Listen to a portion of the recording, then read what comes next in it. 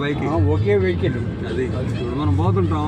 అది latest technology కావాలని ఎదురుగా నది ఒకటి వచ్చింది, ఆ నదిలో కూడా వెళ్ళిపోవాలి, అది ఆ పక్క దాటుకోవాలి. లేదు ఫుల్ ట్రాఫిక్ జామ్ అయిపోయింది ఉన్నట్టు పైకి లేయాలి.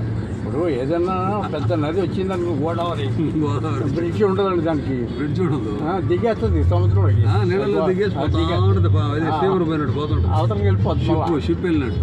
అక్కడికి వెళ్ళాక మళ్ళీ రోడ్ ట్రాఫిక్ జామ్ అయింది. ఇది సార్ 3 గంటలు అయింది అనుకోండి, కారు ఇట్లే పైకి లేస్తుంది. డ్రోన్ అనమాట, డ్రోన్ కెమెరా ఎట్లా ఆ విధంగా కారే పైకి లేస్తుంది. వాడు ఎక్కడ కావాలంటే అక్కడ మళ్ళీ ల్యాండ్ అవుతుంది. అన్ని విధాలు పెట్టి వచ్చేస్తుంది చూడండి. అది కూడా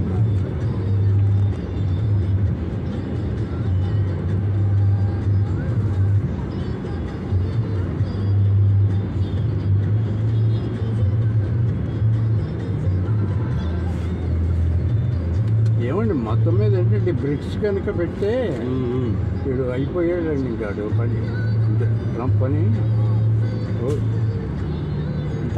డాలర్ బట్టే కదండి అదంతా డెవలప్ అయిపోతా. మొత్తం అంతా మార్కెట్ అంతా డాలరే వెళ్తుంది సార్, డిమాండ్ చేస్తున్నాడు, డిమాండ్ చేస్తున్నాడు. అందుకనే వాళ్ళు ఏం చేస్తున్నారంటే డాలర్ వద్దు, మనం బిట్ కాయిన్ తీసుకొద్దామని పెద్ద గలాట జరుగుతుంది. ఎప్పుడైతే డాలర్ పడిపోతుందో అవుట్.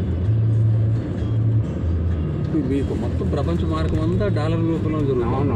లేదు మీరు చెప్పినట్టు క్రూడ్ ఆయిల్ ఉంది, అయినా డాలర్లోనే ఉండేది మన గల్ఫ్ కంట్రీస్.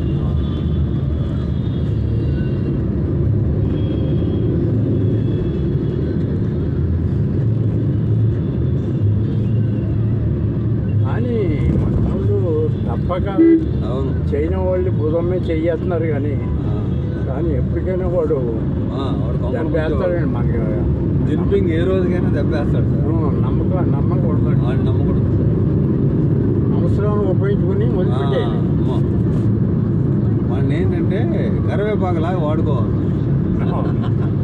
జిన్పింగ్ వాడు ఎప్పుడు దెబ్బేస్తాడో తెలియదు సార్. వాడంటే ఒకప్పుడు మారో ఉన్నాడు తెలుసా, మావో, ఆ లెవెల్లో చూస్తున్నాడు చైనా ప్రజలు.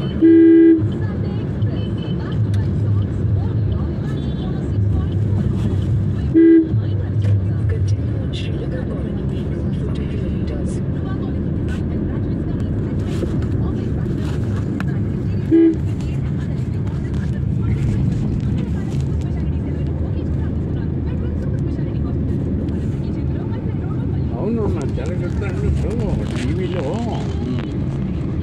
అదే ఇప్పుడు వీళ్ళ గురించి ఎంతమానం ఇంటర్నేషనల్ రష్యా గురించి, పుతిన్ గురించి, వీడు ట్రంప్ గురించి అలాగే ఎంత కూడా అవన్నీ ఒక్కొక్క దాని గురించి ఒక్కొక్క న్యూస్ చెప్తూ ఉంటారు, చూస్తూ ఉంటారు.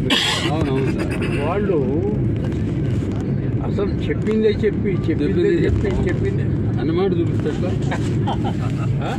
అదే కదా అసలు అంత బాగా అవును.